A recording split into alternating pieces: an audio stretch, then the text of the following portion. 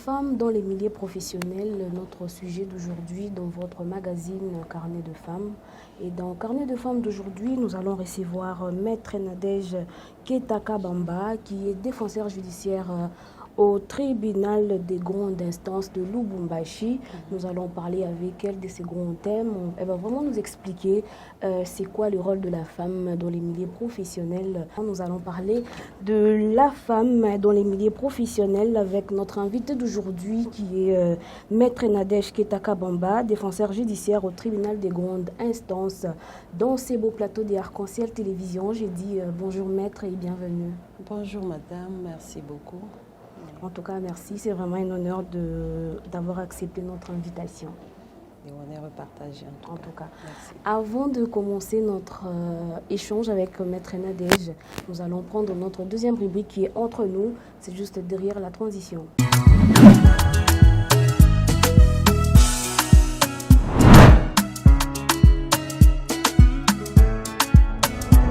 Allez, de retour, comme je vous ai dit, je reçois Maître Nadège Keta.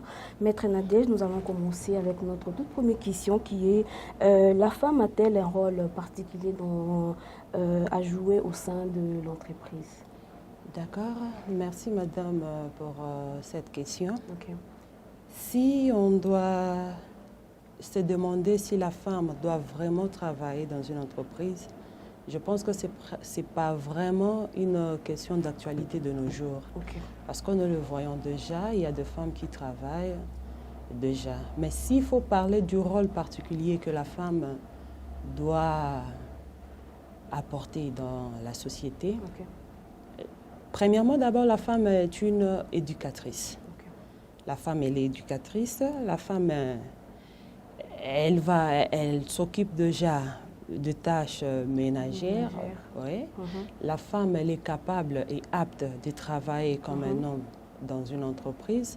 Donc, s'il faut dire qu'il y a un rôle plus particulier que la femme doit apporter dans une entreprise, nous disons que oui, la femme peut beaucoup apporter parce qu'elle est apte, elle est capable, elle peut aussi travailler comme un homme. Okay. Voilà. La femme, elle est apte, elle est capable, elle peut aussi travailler comme un homme. Quelle est la place de la femme congolaise que la femme congolaise occupe dans les milieux professionnels? Oui. Parler de la place que la femme doit occuper dans un milieu professionnel, okay.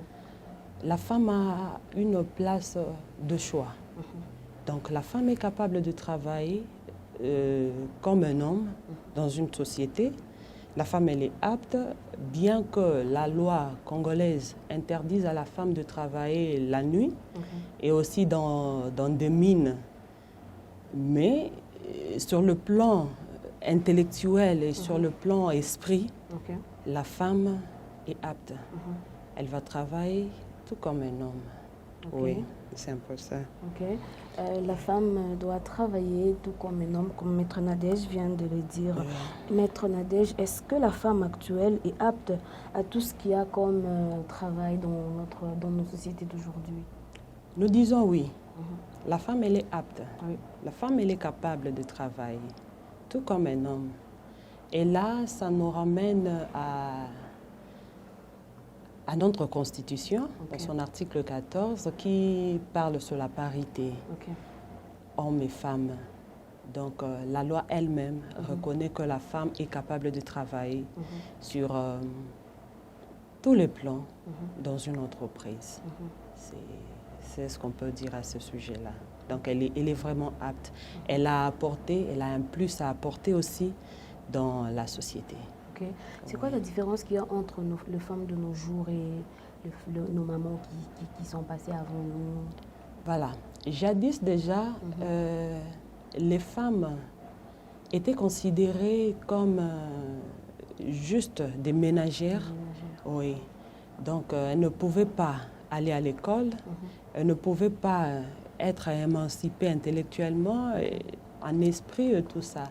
Mais avec l'article 14 de la Constitution qui a prôné sur la parité, la femme, on lui a donné aussi ce pouvoir-là de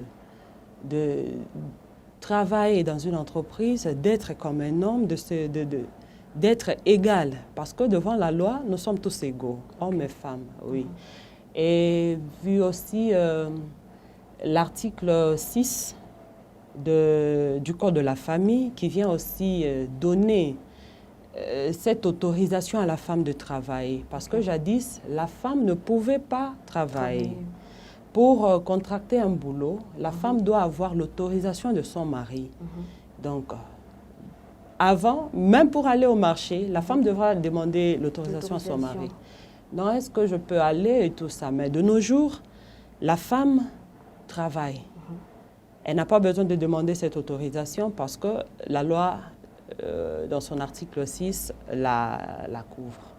C'est un peu ça. Ok, Maître Nadège, dans les contextes congolaises, existe-t-il des pesanteurs qui fait que la femme joue pleinement son rôle dans l'entreprise? Je pense que si on doit parler des pesanteurs, voyons en physique. Donc, c'est l'attraction qui tire de haut vers le bas. Mais dans la loi congolaise, je ne pense pas qu'il existe ça. Parce que ça a été banni déjà par la Constitution, dans son article 14, comme je venais de le dire. Nous avions aujourd'hui des femmes chimistes, des femmes ingénieures, des femmes avocates, journalistes. Et donc, la femme est capable, elle est apte de travailler aussi. S'il faut dire qu'il y a pesanteur, je ne pense pas. Ça, c'était avant. Maintenant, là, il y a une loi qui nous couvre. Il n'y a pas de pesanteur. Maître, vous êtes avocate au tribunal de grande instance de Lubumbashi. Maître, d'après vous, qu'est-ce que vous pensez que la femme doit apporter dans la société?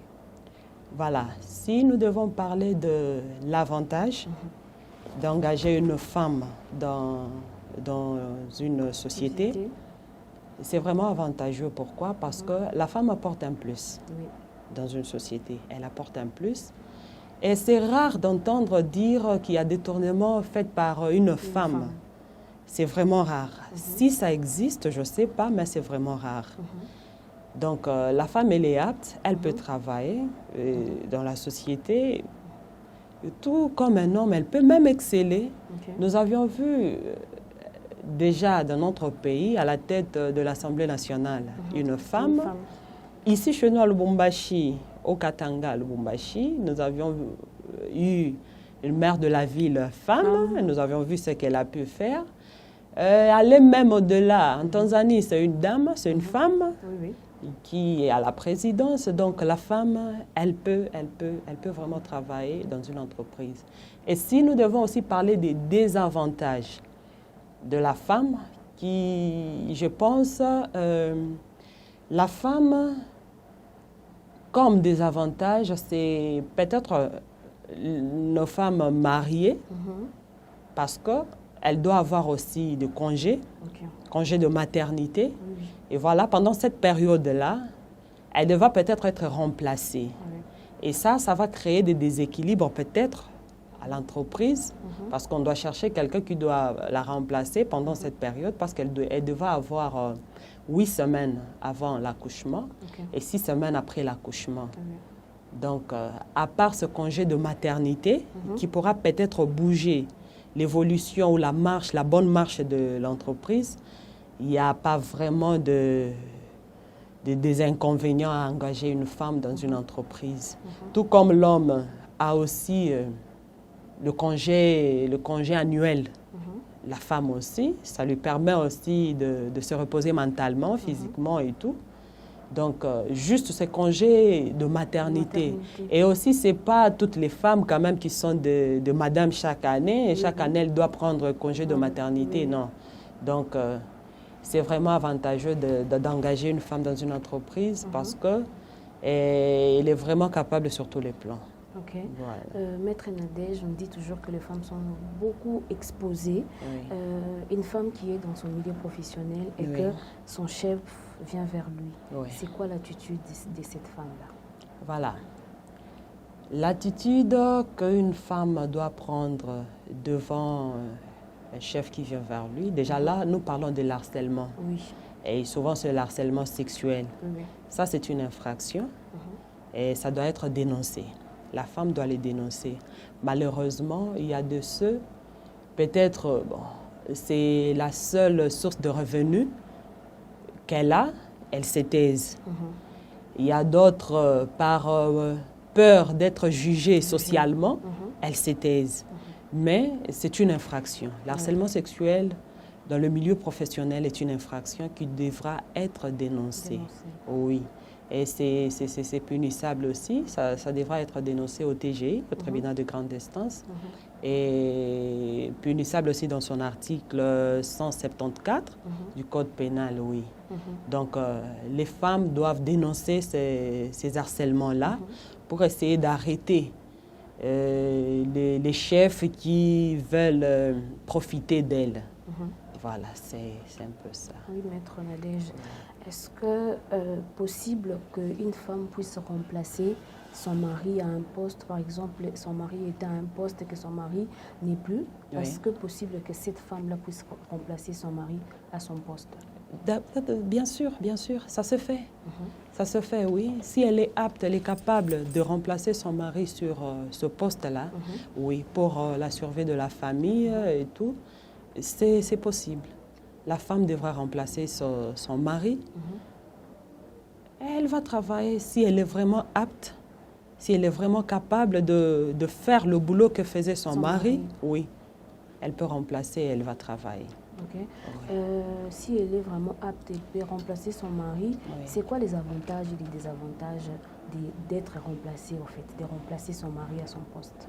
Déjà, l'avantage, ça va aider la famille à bien évoluer. Peut-être vu le déséquilibre de son mari qui n'est plus, elle pourra financièrement assurer, oui, l'éducation des enfants et aussi la continuité de la vie, oui, sur ce plan-là.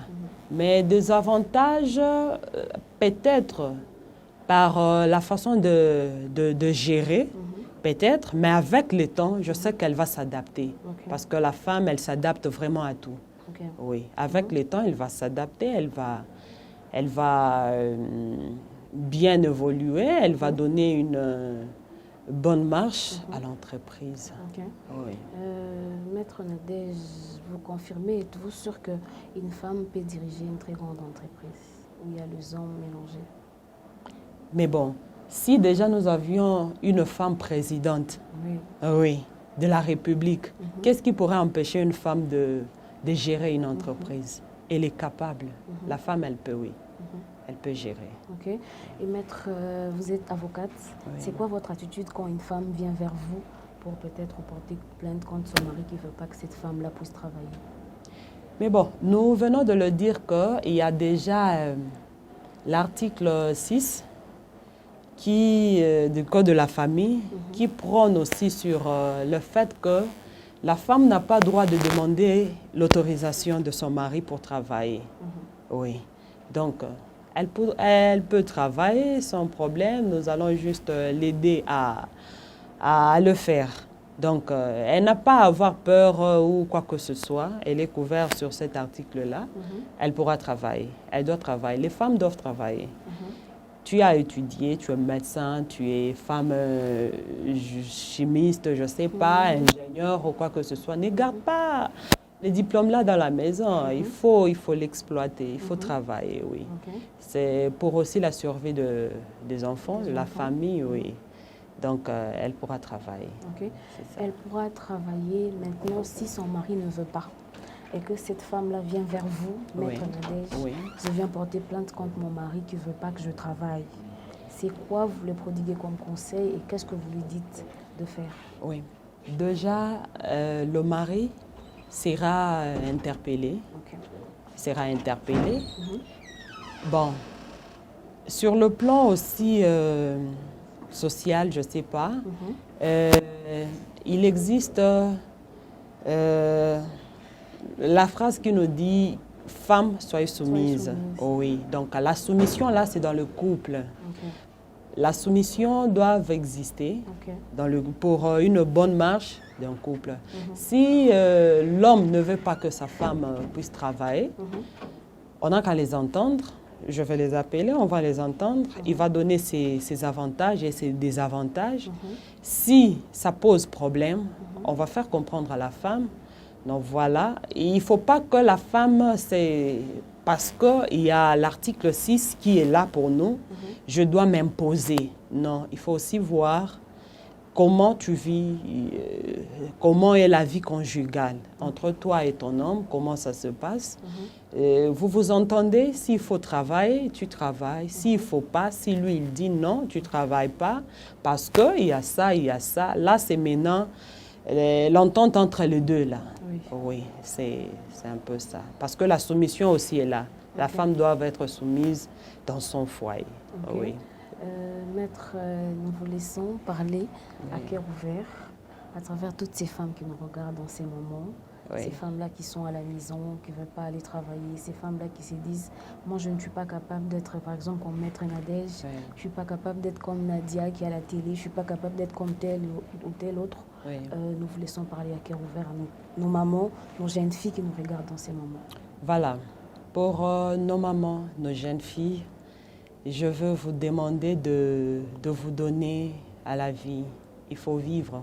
Vous avez étudié, vous êtes juriste, médecin. Ne vous attelez pas juste sur le ménage.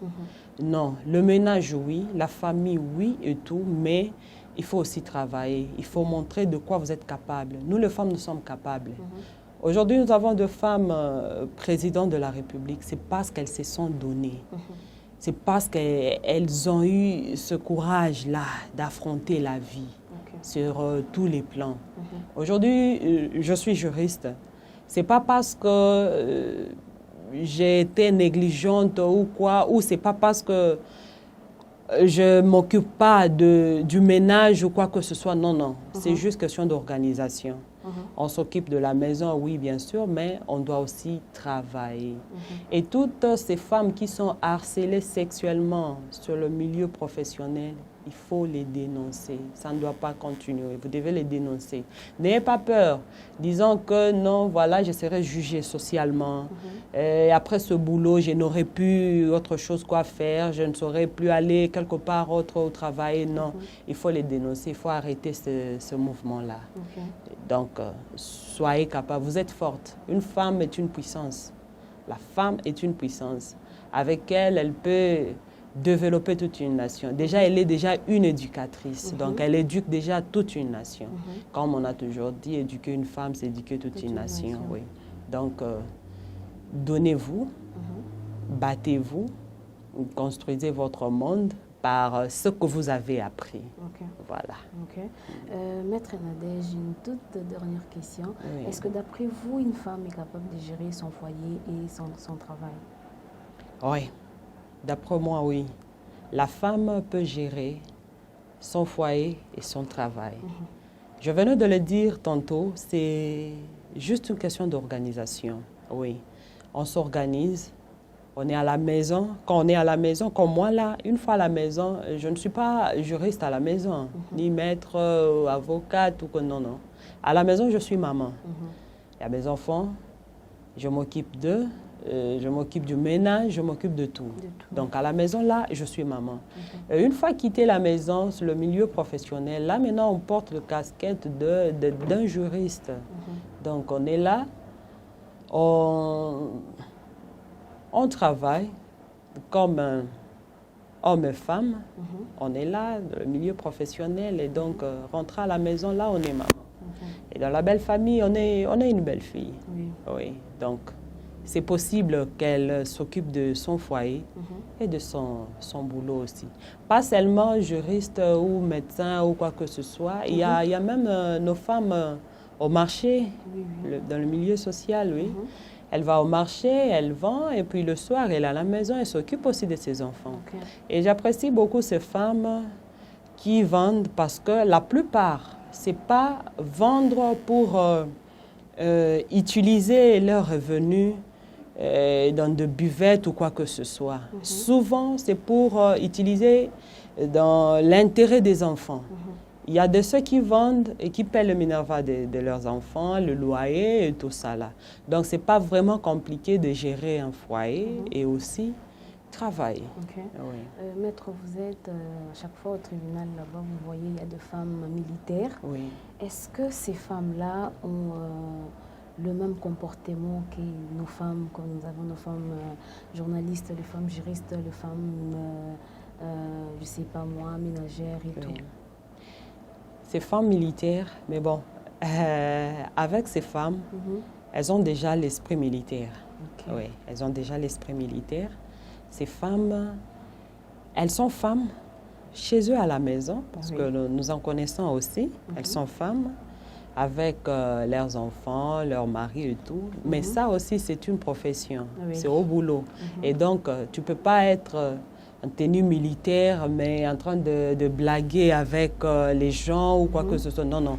Là, on doit porter maintenant la casquette. Oui, la casquette d'un militaire. Okay. Oui. Donc, elles sont aussi fortes parce qu'elles savent se gérer. Oui, c'est le milieu professionnel et aussi dans leur foyer. Okay. Oui, simple. En tout cas, grand merci à vous, Maître Nadège Keita, d'avoir accepté notre invitation. C'est vraiment un honneur. C'est moi qui vous remercie. Merci beaucoup. Merci aussi à tous nos téléspectateurs qui nous ont regardés de partout. C'était votre émission Carnet de femmes. On a parlé de la femme dans les milieux professionnels avec Maître Nadège Keita Kabamba, qui est défenseur judiciaire au tribunal des grandes instances de Lubumbashi. Il nous a vraiment expliqué, il nous a vraiment parlé de tout. En tout cas, gros merci. Regardez-nous aussi sur nos plateformes Arc-en-Ciel RTV. Bye bye, à la prochaine.